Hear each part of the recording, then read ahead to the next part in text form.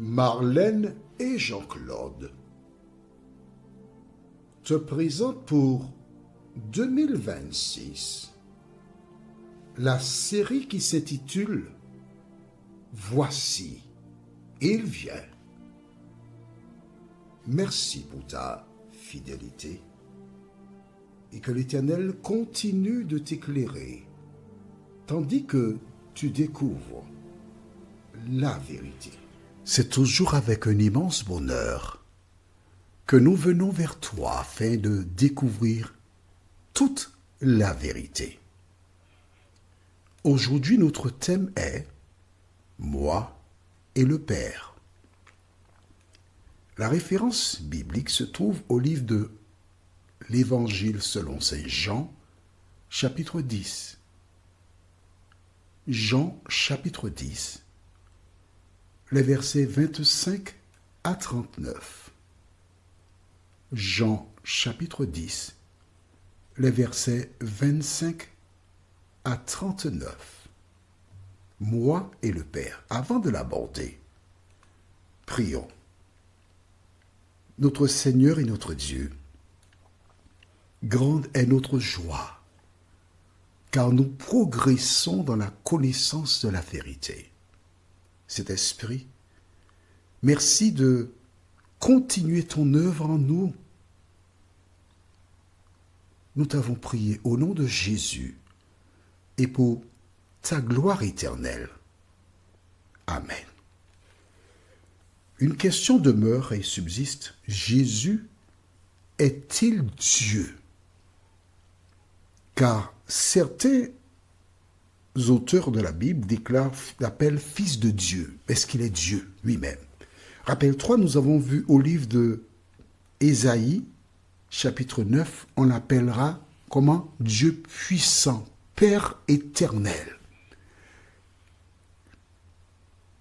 Aujourd'hui, nous verrons un épisode de la vie de Jésus qui nous permet de bien asseoir cette conviction que Jésus est Dieu. Prenons nos Bibles, si tu veux bien, au livre de Jean, l'Évangile selon saint Jean, chapitre 10. On célébrait à Jérusalem la fête de la dédicace. Et Jésus était présent. Des gens d'un peu partout, ayant entendu parler de lui, vinrent poser des questions.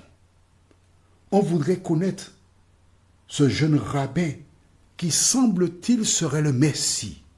Mais rappelle-toi, l'ennemi de nos âmes, étant présent, il utilisa les dirigeants religieux, les sacrificateurs et autres, afin de réduire l'œuvre de Jésus, le discréditer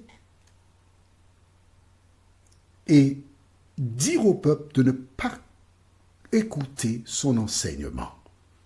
Vois-tu, toutes les fois que l'on parle de Jésus, il y a la présentation de la vérité, l'ennemi est toujours là pour chercher à empêcher de remplir la mission. Il ne faut pas te décourager. Continue ta mission. Lisons dans Jean chapitre 10, les versets 25 à 39. Je lis. Alors on posa à Jésus une question, est-ce que tu es le Messie? Il répond. Jésus leur répondit, je vous l'ai dit, et vous ne croyez pas. Les œuvres que je fais au nom de mon Père rendent témoignage de moi, mais vous ne croyez pas, parce que vous n'êtes pas de mes brebis, comme je vous l'ai dit. Note bien, il ne dit pas, vous n'êtes pas les brebis de mon Père. Il dit bien, vous n'êtes pas de mes brebis. Mais ça s'appelle une propriété à moi. Vous n'êtes pas de mes brebis. Est-ce que c'est clair pour toi?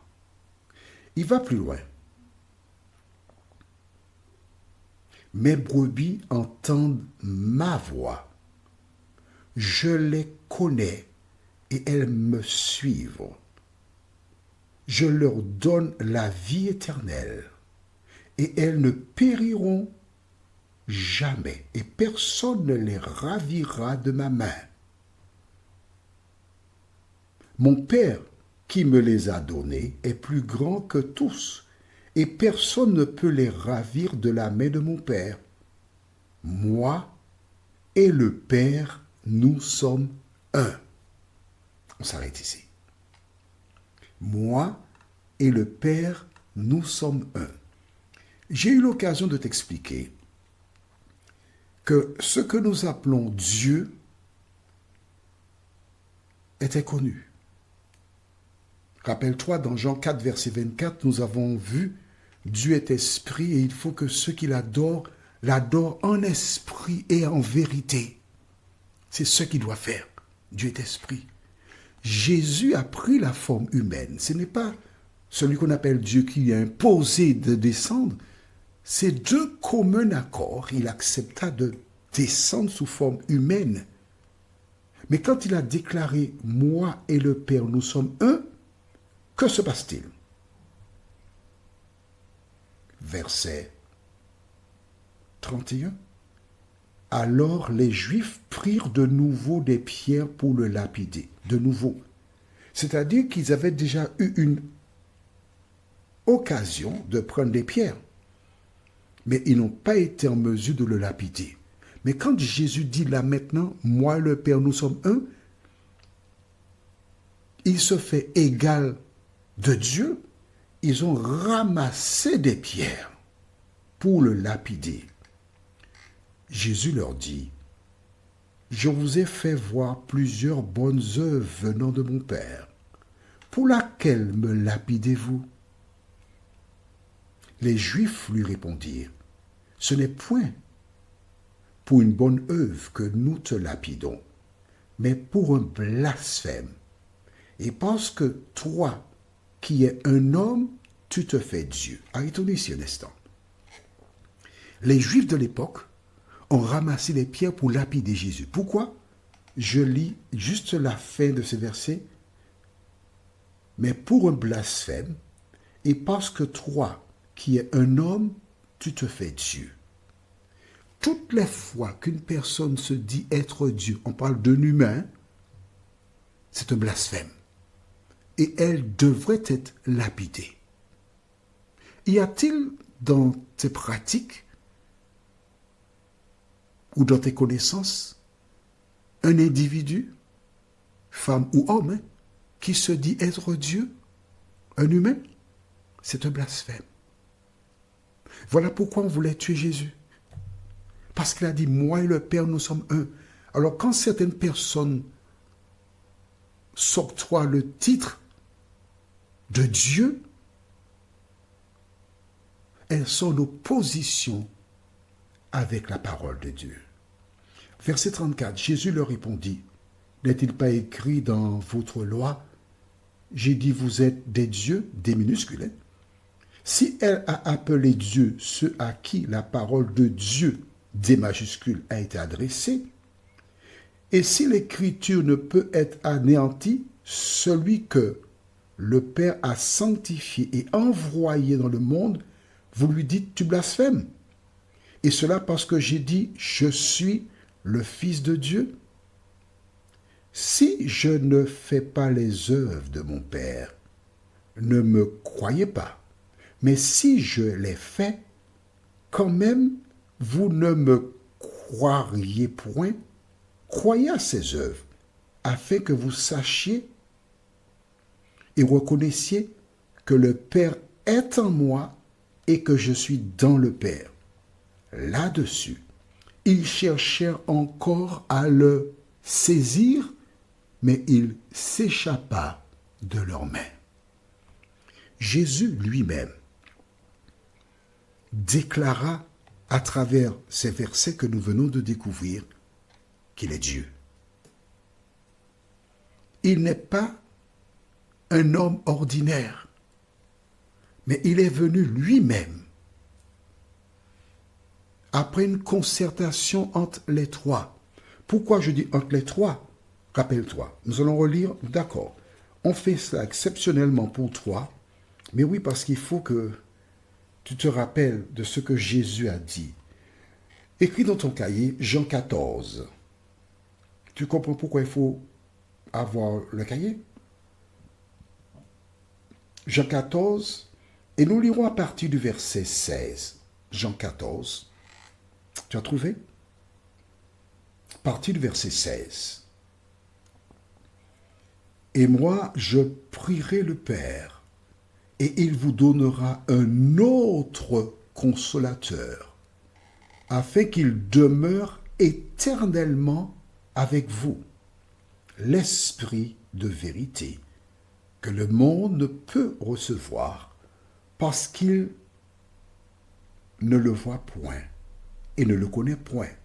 Mais vous, vous le connaissez, car il demeure avec vous et il sera en vous. Là, Jésus partira. Mais avant de partir, il rassure ses disciples. Il dit, je demanderai au Père d'envoyer un autre consolateur. Rappelle-toi, nous avons vu ensemble que le consolateur, c'est Dieu. Parce qu'il a dit, c'est moi qui vous console. Est-ce que tu te rappelles? Mais si, nous avons vu cela au livre de Ésaïe 51, le verset 12. Ésaïe 51, verset 12. Tu te rappelles? Note la référence, tu retourneras, tu verras. C'est l'Éternel qui console. Donc Dieu console.